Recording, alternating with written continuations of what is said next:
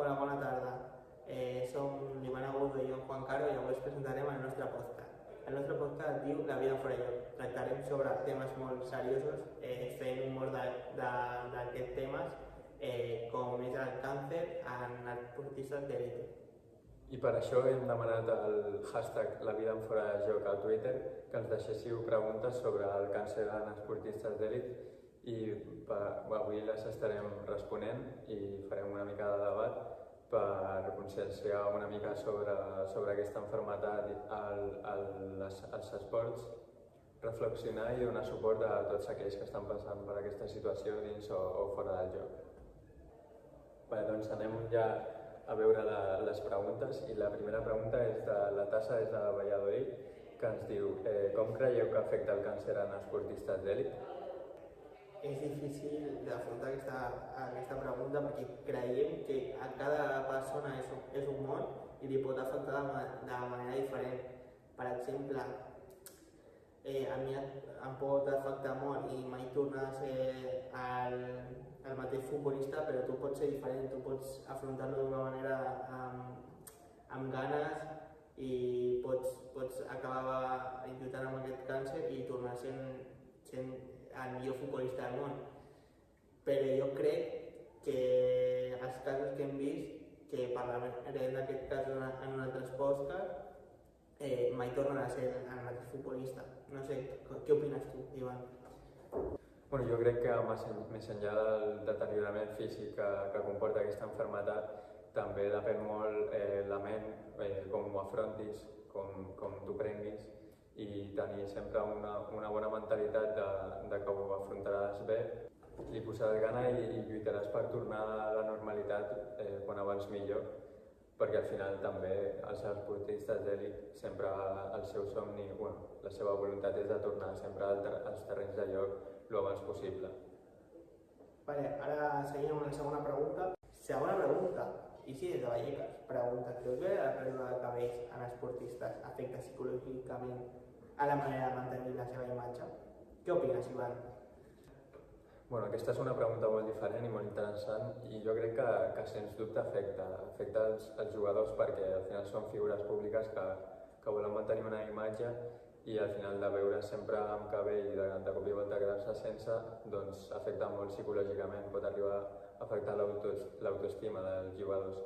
Encara que hi ha molts que ho aprofiten per donar visibilitat a aquesta malaltia i donar un bon missatge.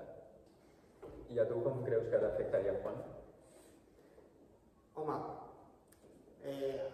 d'un moment a l'altre, quedar-me sense cabells, tenir que afrontar un càncer que és molt dur, és un cop que és molt dur a la vida.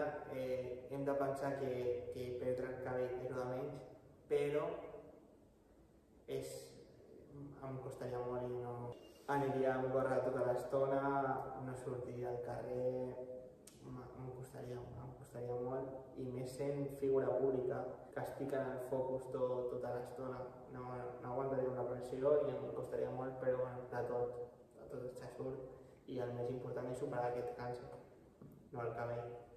I la tercera pregunta és de Vallejo, d'Albacete, i ens pregunta creieu que la falta de minuts causada per la recuperació de la malaltia fa que no tornis al teu màxim nivell? És una gran pregunta. Complicada, jo què sé, el més important creiem nosaltres que és recuperar-te de la malaltia.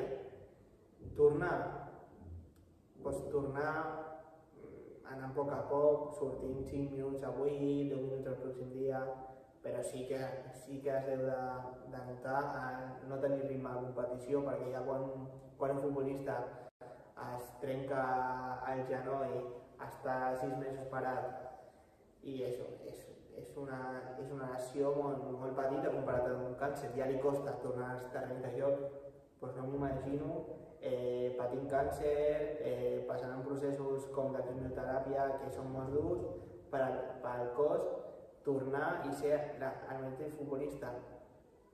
Jo crec que mai tornes a ser el mateix futbolista, et pots convertir en un futbolista diferent que sigui millor de l'anterior, però mai tornaràs a ser el mateix futbolista. Per exemple, un futbolista explosiu com Lamine Yamal aquesta explosivitat, per la falta de minuts, ho patiria molt. Tenim un jugador com és Kylian, que va patir el càncer, que ja explicarem la seva història en pròxims podcasts, que no ha tornat a ser el mateix futbolista. Aquest tan màgic li costa perquè va perdre tot el ritme competitiu amb aquells dos càncers que va tenir. Què opines tu, Ivan? Home, potser no arribes mai a tenir el mateix nivell físic, però sí que al patir aquesta malaltia et fa mentalment com obrir molt la ment, et fa madurar molt i tenir millor perspectiva de vida, i al final jo crec que això es pot traslladar als terrenys de joc. Jo crec que la intel·ligència és un punt molt important dins del camp i és un punt que et pot afavorir molt el tenir intel·ligència. Quarta i última pregunta. Iniesta des del Albacete ens deixa una gran pregunta que diu: en quina etapa com a esportista creus que afecta més passar una malaltia com el càncer? Quan tu comences, a la meitat o al final de la teva carrera? Què opines, Ivan? Bueno, jo crec que 100% al principi de la teva carrera. Al final, quan tu estàs agafant el ritme del nivell d'elit, no pots parar ni un segon, o sigui, estàs agafant el ritme i si tens una lesió ja et tires 3 mesos lesionat. No m'imagino tenir una malaltia com és el càncer, que requereix molt més temps i a més et deteriora bastant més físicament. Per aquest ritme, quan has d'aprofitar al màxim per aprendre i arribar al teu màxim nivell, jo crec que és quan més afecta i més dues. Sí, jo opino el mateix.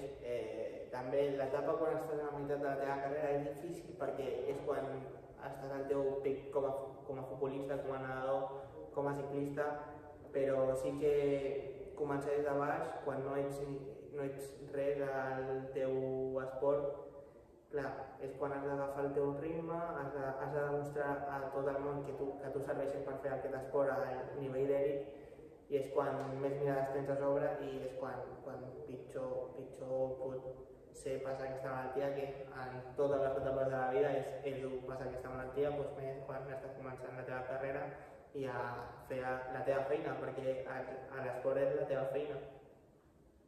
I fins aquí la quarta pregunta. I bueno, per acabar volem deixar una petita reflexió, i és que el càncer pot apartar-te temporalment del teu esport, però mai t'apartarà del teu esperit de lluita. Vale.